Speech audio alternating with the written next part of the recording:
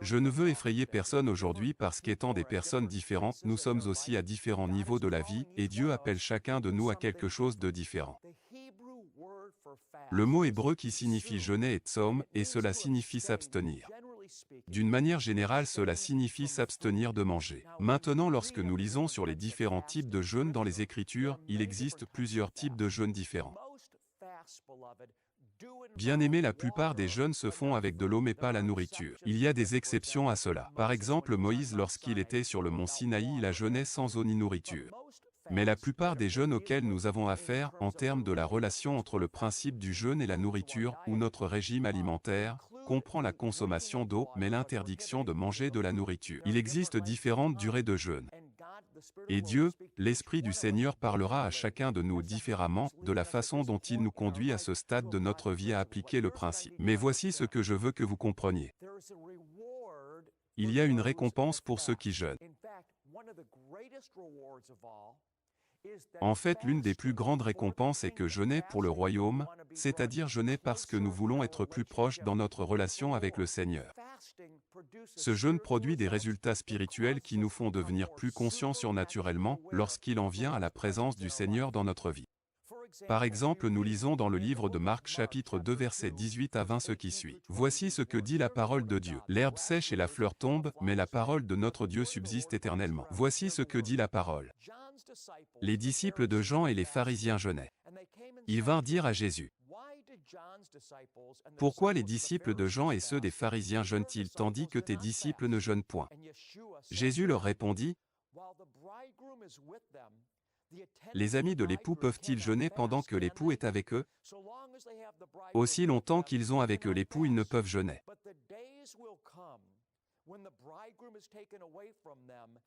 Les jours viendront où l'époux leur sera enlevé et alors ils jeûneront en ce jour-là. Qu'est-ce qui se passe ici? Ceci est très fondamental. C'est essentiel à notre compréhension de ce principe appelé jeûne. Et c'est aussi extrêmement important pour qu'on puisse trouver la motivation de jeûner. Voici ce que Jésus était en train de dire. Écoutez, mes disciples ne jeûnent pas en ce moment. Jésus était en train de dire parce que je suis avec eux. Les amis de l'époux peuvent-ils jeûner pendant que l'époux est avec eux? Peuvent-ils?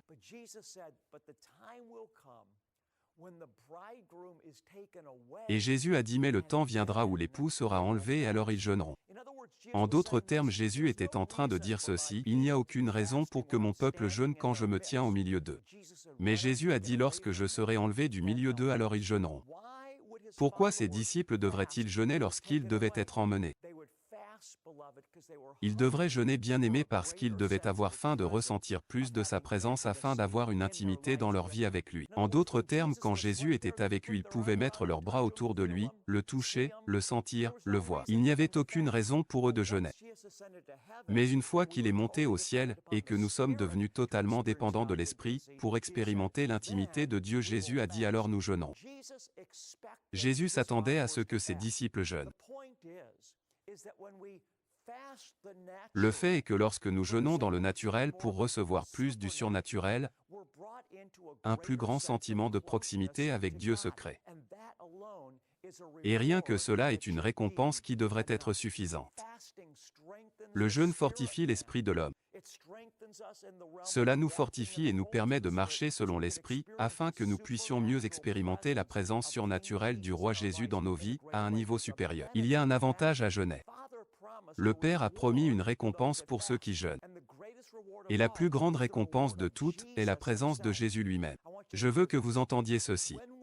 Lorsque nous nous abstenons de nourriture ou de n'importe quelle autre chose dans notre vie et dont le Seigneur peut nous demander de nous abstenir, peut-être que pour vous c'est Internet, peut-être que c'est la télévision, ou peut-être la musique.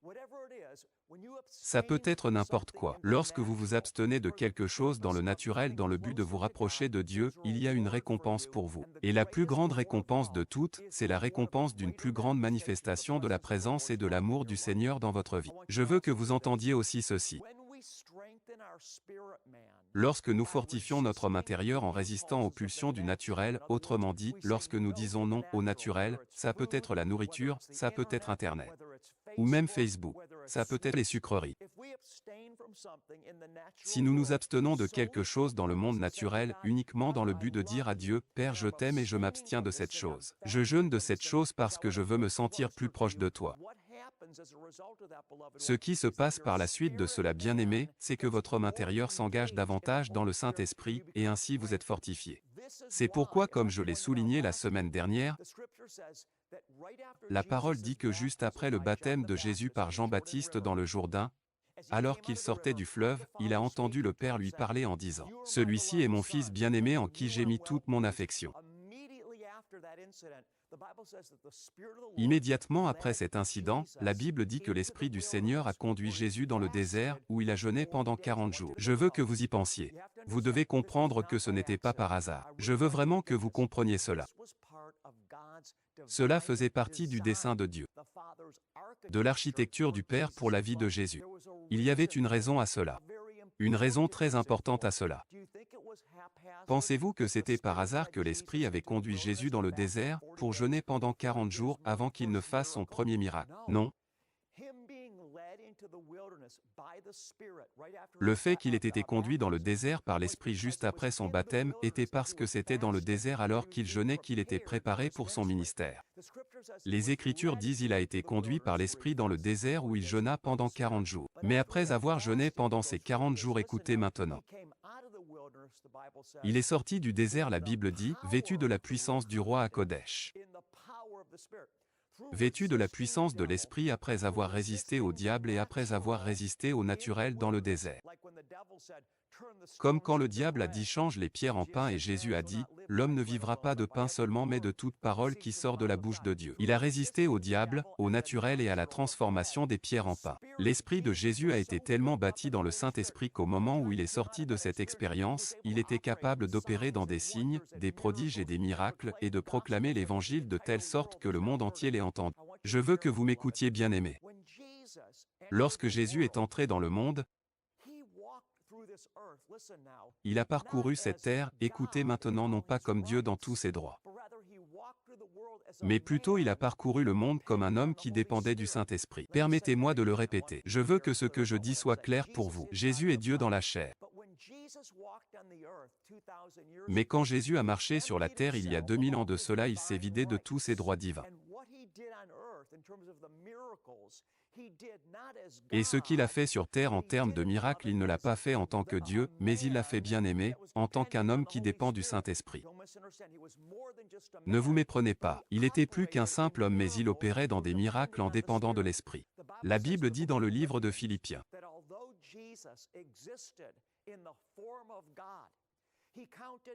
existant en forme de Dieu, il n'a point regardé comme une proie arrachée d'être égal avec Dieu. Mais au lieu de cela, la Bible dit qu'il s'est dépouillé lui-même en prenant une forme de serviteur. Donc en d'autres termes, quand Jésus marchait sur la terre, il était totalement dépendant de Roi à Kodesh, du Saint-Esprit. C'est la raison pour laquelle il a été conduit dans le désert afin qu'il puisse être complètement brisé et devenir totalement dépendant du Saint-Esprit. Et suite à cet incident, bien-aimé, du jeûne de 40 jours, des signes incroyables, des prodiges, des miracles et la proclamation de l'Évangile ont eu lieu par l'intermédiaire du Dieu-homme, Christ Jésus. Je veux vous lire maintenant le récit du livre de Matthieu chapitre 4 versets 1 et 2. Alors Jésus fut conduit par l'Esprit dans le désert pour être tenté par le diable. Écoutez le verset 2. Et après avoir jeûné 40 jours et 40 nuits, il eut faim. Il est intéressant ici que nous ne voyons rien à propos de Jésus jeûnant en s'abstenant d'eau. Ici nous voyons qu'il s'est abstenu seulement de nourriture. Et donc il est intéressant de voir que Jésus dans ce récit, semble-t-il, ait bu de l'eau, mais il n'a pas mangé de nourriture. Alors je vais revenir en arrière juste une seconde, parce que je ne veux pas qu'on me comprenne de travers quand je dis que Jésus n'a pas fait les miracles en tant que Dieu. Ce n'est pas pour dire que Jésus n'est pas le Fils de Dieu. Je dis simplement qu'il a opéré dans le monde, pas en dépendant de ses droits en tant que Dieu, mais qu'il a opéré dans le monde comme quelqu'un qui était totalement dépendant du Saint-Esprit. Et le jeûne est ce qui l'a préparé à cela. Le jeûne l'a amené à un autre niveau de dépendance au Saint-Esprit, afin que la puissance de Dieu puisse être pleinement manifestée à travers sa vie. Vous savez, il y a une très belle illustration des mêmes vérités sur la façon dont le jeûne ouvre les écluses du ciel pour nous dans l'esprit. C'est l'exemple du Tanakh, l'exemple de la Torah de Moïse. Savez-vous, bien-aimés, que lorsque Moïse a reçu la révélation qui compose maintenant ce que nous appelons dans le judaïsme la Torah, ou les 5 premiers livres de l'Ancien Testament, savez-vous que Moïse a reçu cette révélation alors qu'il jeûnait au sommet du mont Sinaï? Je vais vous lire cet incident maintenant dans le livre d'Exode chapitre numéro 34 versets 28 et 29. Je veux que vous remarquiez ici que c'était pendant que Moïse était au sommet du mont Sinaï où il jeûnait pendant 40 jours et 40 nuits que l'Esprit du Seigneur lui a donné la révélation qui est devenue pour nous l'Ancien Testament ou la Torah. Écoutez la parole de Dieu en commençant par le verset 28. Moïse fut là avec l'Éternel 40 jours et 40 nuits. Il ne mangea point de pain et il ne but point d'eau. Et l'Éternel écrivit sur les tables les paroles de l'Alliance, les 10 commandements. Moïse descendit de la montagne de Sinaï, ayant les 2 tables du témoignage dans sa main en descendant de la montagne. Et il ne savait pas que la peau de son visage rayonnait parce qu'il avait parlé avec l'Éternel. En d'autres termes, Moïse était tellement rempli de la gloire de Dieu quand il jeûnait là-bas pendant 40 jours et 40 nuits, que sa peau rayonnait littéralement. Je ne sais pas pour vous, mais j'ai déjà vu ça sur des gens. Probablement vous aussi. C'est-à-dire quand vous regardez quelqu'un et il est plein de la présence de Dieu, quand il est plein de joie, quand il est plein d'énergie divine et de lumière divine, il brille. Je veux dire, il y a comme une beauté surnaturelle sur lui. Un teint surnaturel. Pourtant, cette même personne, si elle était remplie de pensées de peur, d'inquiétude ou de désespoir, elle aurait l'air totalement différent. Vous voyez de quoi je parle? L'énergie contenue dans une personne change totalement son apparence. Moïse était si plein de la puissance de l'Esprit de Dieu qu'il rayonnait littéralement. Son visage brillait. J'ai même remarqué cela sur moi alors que je me regardais à la télévision. Je me souviens qu'il y a plusieurs années on me filmait ici au studio pendant que je partageais mon témoignage. Et alors que j'étais assis sur le divan et que je racontais l'histoire de ma vie. Quand j'ai commencé par parler de ma vie en remontant à ma jeunesse avant que je connaisse le Seigneur. Et alors que j'étais assis sur le canapé et que je commençais à raconter mon histoire bien-aimée, et que je parlais de l'époque où j'étais au lycée et ainsi de suite, de l'époque où je ne connaissais pas Jésus, j'avais vraiment l'air vieux. On pouvait voir des poches sous mes yeux. Il n'y avait pas de vie en moi, rien de brillant. J'avais juste l'air hagard.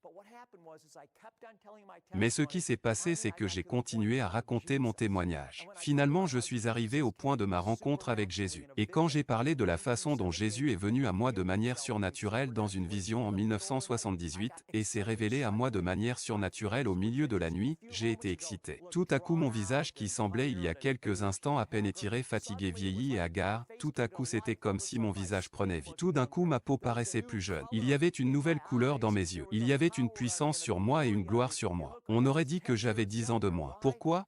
Parce que la puissance de l'Esprit de Dieu se faisait voir, rayonnait et s'exprimait à travers ma vie.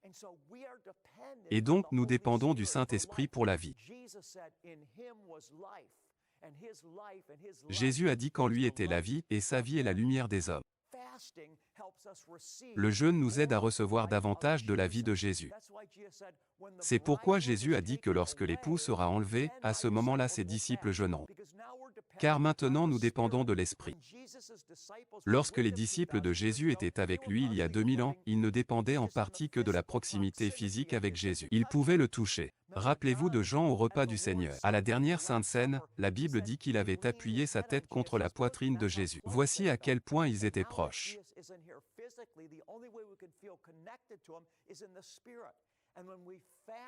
Mais maintenant que Jésus n'est plus là physiquement, la seule façon dont nous pouvons nous sentir connectés à lui, c'est par le Saint-Esprit. Et quand nous jeûnons dans le naturel, afin de nous rapprocher du Seigneur dans le surnaturel à travers l'Esprit, ce qui se passe, c'est qu'il y a un transfert ou augmentation de force, de plénitude dans notre âme par le roi HaKodesh, par l'Esprit de Dieu. Vous voyez, le Seigneur vous promet une récompense si vous jeûnez. Je veux vous lire ceci maintenant dans le livre de Matthieu chapitre 6 versets 16 à 18. Voici la parole de Dieu. Bien-aimés, lorsque vous jeûnez, ne prenez pas un air triste comme les hypocrites qui se rendent le visage tout défait pour montrer aux hommes qu'ils jeûnent. Je veux d'abord souligner les quelques mots avec lesquels nous avons commencé, ici au verset numéro 16. Écoutez ce que Jésus dit. Il dit lorsque vous jeûnez. Il n'a pas dit si vous jeûnez. Il n'a pas dit pour ceux qui jeûnent. Il n'a pas dit pour les quelques-uns qui jeûnent. Il semble avoir une présomption ici que le jeûne ferait partie de la culture du royaume. Et donc il dit à ses disciples ici, chaque fois que vous jeûnez. Je crois que nous pouvons recevoir cela comme quoi le jeûne est pour vous et moi. Je vais partager avec vous dans l'émission de la semaine prochaine comment jeûner. Vous ne voudrez donc pas le manquer. Je vais vous le dire d'une manière que vous pourrez digérer. Vous n'avez pas à avoir peur de faire un jeûne de 40 jours. Je vais vous donner des astuces pour que vous puissiez immédiatement commencer à appliquer ce principe dans votre vie.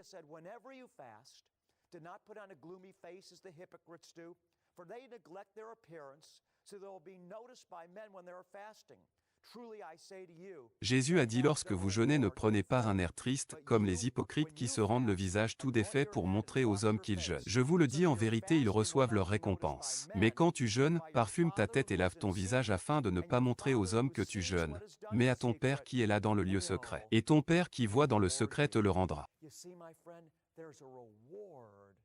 Vous voyez, mes amis, il y a une récompense pour ceux qui jeûnent. Cherchez premièrement le royaume de Dieu et toutes ces choses vous seront données par-dessus. Nous devons croire que Dieu existe et qu'il est le rémunérateur de ceux qui le cherchent avec diligence.